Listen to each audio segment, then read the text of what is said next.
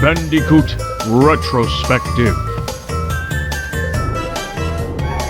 Press start to begin.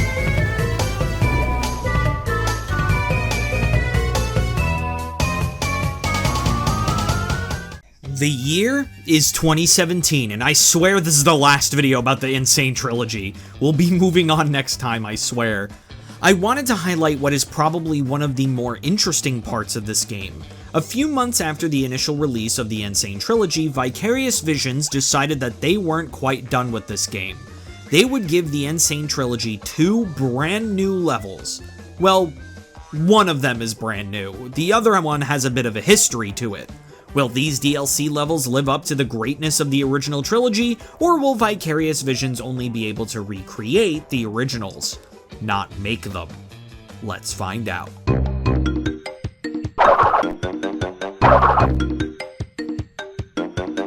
The first DLC level that was released as a part of the Sane Trilogy was an add-on to Crash 1, Stormy Ascent.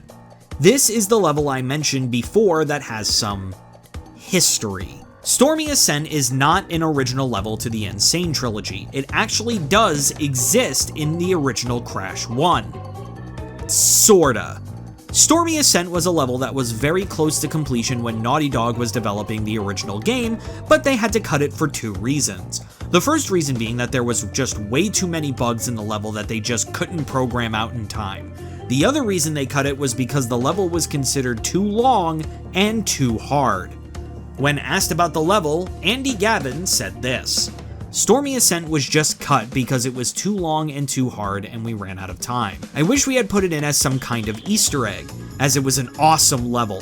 One of my favorite in the game. Long, a bit brutal, but it looked great and had a real rhythm to it." The other co-creator of Crash, Jason Rubin, was heartbroken to see Stormy Ascent, a level they spent so much time and energy on, end up on the cutting room floor. Well, 21 years later, Vicarious Visions brought the level to life and immortalized it within the Crash Bandicoot series. So is it as long and hard as they say? Why are you asking me about my loins? Oh, we're talking about Crash. Right off the bat, yes, Stormy Ascent is a very difficult level to beat. It certainly is the longest level that not only Crash 1 has to offer, but the Sane Trilogy as a whole. You know a level is long when the gold relic requirement is over 4 minutes long. This level will also net you some of the hardest platforming challenges in Crash Bandicoot to date. And you know what? I love it. I loved every second of playing and mastering this level. There truly is a beauty to difficult yet fair level design. There was never a time that I died in this level where I felt like the game fucked up. It always felt like my fault. This made me more and more determined to keep going and beat this level once and for all. When I did, it was such a great feeling. Truly an achievement. If you want a really good challenge, give Stormy Ascent a go.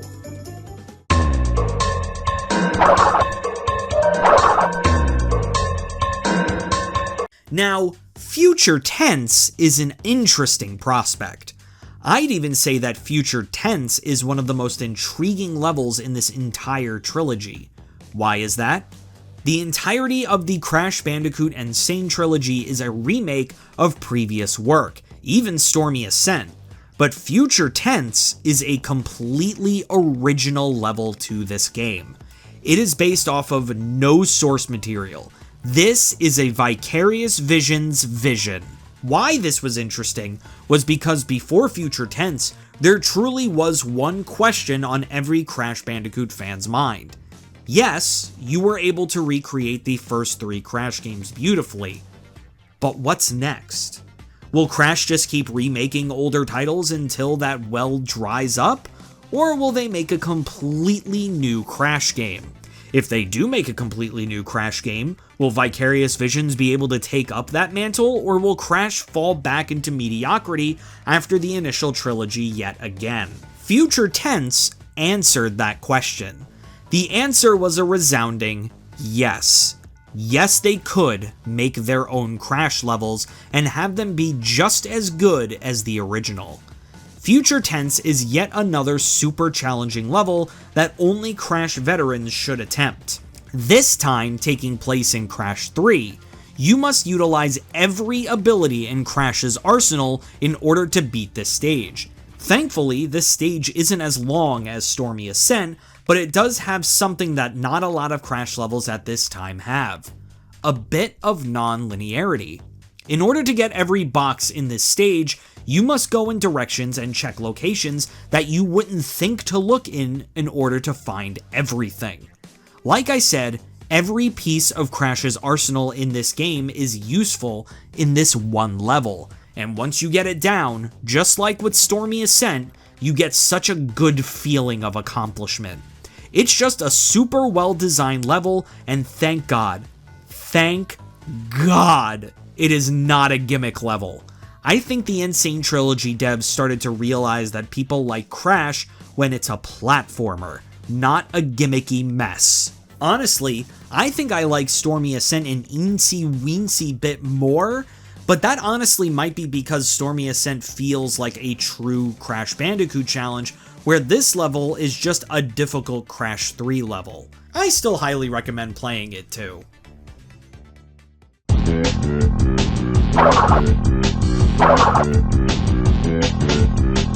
A completion section? For 2 levels? Yep. Along with Stormy Ascent and Future Tense came 2 new gems, 2 new relics, and 4 new trophies for you to get. Completing these stages are difficult. 2 of the hardest challenges in these 2 levels is getting the gem in Future Tense and getting the gold relic in Stormy Ascent. Interestingly enough, I found getting the gem harder than getting the relic in Future Tense, due to having to go back and forth in the stage and having to find a couple of asshole crates along the way. It can be quite a challenge to get all the boxes, especially since some of the boxes are hidden behind a death route.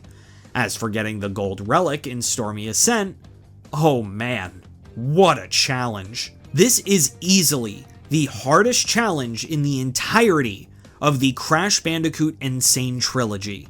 What's funny is that the hard part of getting the gold relic in Stormy Ascent is not getting through it quickly. Hell, to obtain the gold relic, you must beat the stage in 4 minutes and 30 seconds. They give you plenty of time to beat the stage and nab yourself the relic you need. Where the challenge truly comes in is having to beat the entirety of Stormy Ascent without dying. No matter where you die in this level, you will have to start all the way back at the beginning. This is what makes this challenge super brutal. It took me literal days to beat this one challenge, but after a ton of perseverance, I got it, and it was glorious. It's moments like these where I wish I could play the entire run in this video, because this is one of the most proud I've ever been while playing a video game. I do have a second channel that I could maybe post these gameplays on if you would want me to. Let me know in the comments. As for the 4 trophies, you pretty much get all of them for completing the 2 levels. For Stormy Ascent, you have 2 trophies. You obtain the Crown Jewel for getting the gem in Stormy Ascent, and then for getting a gold or platinum relic in this stage, you will pop in Ancient Antiquity. For Future Tense, you have your last 2 remaining trophies. The Future is Clear is obtained when you get the gem in the stage. As for the second trophy, interestingly enough, it is not for getting the gold relic. There is no true reward for getting the gold relic in Future Tense. It's just for bragging rights. Instead, to get your final trophy in the N Sane Trilogy, you must shoot a background UFO with your Fruit Bazooka. You will then pop Fruit Fighter. Congratulations on obtaining all 77 trophies in the Crash Bandicoot N Sane Trilogy and getting your triple platinum. When people see you, they truly will say, whoa. So do I recommend completing these 2 levels 100%? If you are the type of gamer who likes a really good challenge, I say go for it. If you're not into playing super hard levels though, I just stick to the base game.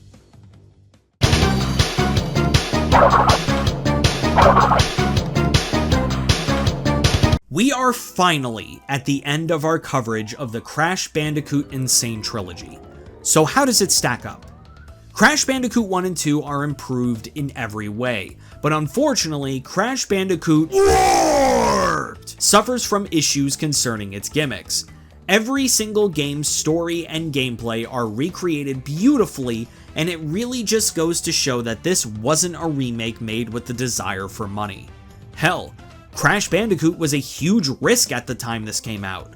The Crash Bandicoot N Sane Trilogy was a labor of love.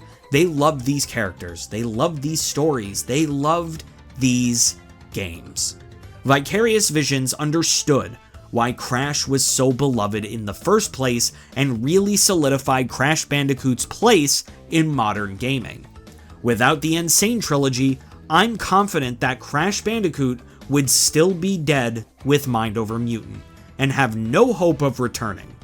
Now we got 3 amazing remakes and 2 stellar DLC levels that prove that not only was Crash Bandicoot great, Crash Bandicoot is still great and will always be great. With all of that in mind, Crash Bandicoot The Insane Trilogy gets my overall rating of an A+. Here's to an amazing future. Thank you everybody so much for watching this video, and if you like the Crash Retrospective, please like, comment, and subscribe if you want to see more videos like this one, and hit that bell so you don't miss the next episode. We also have merch in the description below where you can get our shirts, mugs, and stickers to enrich your gameplay experience. You could also become a channel member to get all of these videos when I'm finished editing them, as opposed to when they're scheduled to come out. Next week, we'll be looking at the next Crash game in the lineup, Crash Team Racing Nitro Fueled. With that, I'm Bottles, and I bid you, my well-esteemed guests, adieu.